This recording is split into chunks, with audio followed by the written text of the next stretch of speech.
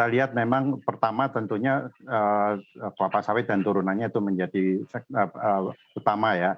Tapi di samping itu produk hasil olahan ikan dan laut ini seperti udang, ikan dan olahannya ini cukup tinggi permintaannya. Di samping itu juga olahan kopi, olahan kakao, dan bahkan biskuit, snack, wafer itu juga menjadi daya tarik bagi masyarakat dunia ya. Ini permintaan terus meningkat. Sebetulnya kalau kita lihat memang daya saing Indonesia sebetulnya bukan yang istimewa, bukan yang terbaik ya, tapi karena di masa pandemi dan geopolitik yang tadi saya sampaikan, yang penting saat ini adalah ketersediaan. Jadi banyak negara yang penting adalah bagaimana mereka bisa menyediakan produk-produk itu bagi kebutuhan dalam negerinya. Seperti contoh misalnya pada saat larangan ekspor sawit kita ke mancanegara, itu ternyata di Eropa terjadi gejolak gitu. Meskipun sebenarnya sawit kita kan tadinya mendapat gangguan di sana, tapi begitu kita stop sawit, ternyata ibu-ibu rumah tangga, masyarakat di sana kebingungan, tidak ada minyak goreng, margarin dan lain sebagainya. Ini menunjukkan bahwa saat ini dengan kondisi pandemi dan geopolitik yang ada, yang penting bagi masyarakat dunia dan negara-negara itu adalah ketersediaan. Seperti itu. Ketersediaan yang paling penting ya Pak, karena memang supply chain ini cukup terganggu yang membuat juga rantai pasok agak ya terganggu untuk utamanya distribusi barang secara global. Tapi kalau kita berkaca juga Pak Febri ya, untuk negara-negara yang menjadi tujuan ekspor industri makanan minuman Indonesia itu tersebar di mana saja Pak? Ya, kalau misalkan untuk minyak kelapa sawit itu tujuan ekspor kita adalah India, Pakistan, Cina, Amerika Serikat, dan Malaysia. Untuk bukil dan residu senilai 13,17 triliun rupiah itu target ekspornya di Uni Emirat Arab, Spanyol, Vietnam, Belgia, Pakistan. Udang seperti yang sampaikan Pak Adi tadi, misalkan itu tujuan ekspornya itu Amerika Serikat, Jepang, Cina, Kanada, Taiwan dengan nilai ekspor sekitar 11,39 triliun, minyak makan dan lemak nabati nilai ekspor sekitar 9,47 triliun, ya, yang naik signifikan lebih tinggi 97% lebih tinggi pada periode tahun 2021. Target ekspornya itu di Cina, Malaysia, Amerika Serikat, Thailand, Korea Selatan.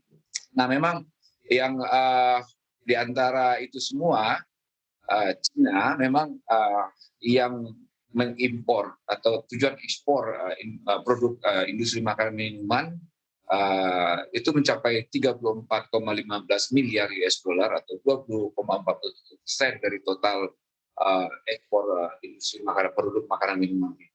Wah, itu memang Amerika Serikat sebesar 17,2 miliar atau 10,36% dari total ekspor manufaktur. Jepang 8,4% senilai 14,6 miliar. India sebesar 13,7 US dollar dan Malaysia sekitar 9,31 miliar US dollar. Oke, Pak Adi, kalau kita melihat tentunya dengan tantangan secara global, masih adanya ketegangan geopolitik, terus juga ketidakpastian yang begitu besar, utamanya mungkin kondisi makroekonomi di sejumlah negara-negara yang tadi juga Pak Febri katakan tentunya menjadi tujuan ekspor dari Indonesia atau industri makanan minuman Indonesia. Nah, seperti apa industri makanan dan minuman Indonesia ini dapat mampu bertahan dan juga meningkatkan kinerja ekspor di tengah ketidakpastian secara global ini, Pak? Oke, kalau kita lihat tantangan terbesar bagi industri makanan minuman, memang kita masih beberapa bahan baku kita tergantung dari impor. Ya. Salah satunya yang paling berat memang gandum karena adanya perang Rusia Ukraina tersebut. Tapi lagi-lagi kita beruntung tahun ini ketersediaan kita sangat cukup sekali dan bahkan kita didukung hubungan baik dengan banyak negara dan belahan dunia selatan panen cukup bagus ya, sehingga yang tadinya dari Ukraina sekarang bisa digantikan dari Brasil, Argentina, dan penambahan dari Australia dan peningkatan dari Australia dan lain sebagainya.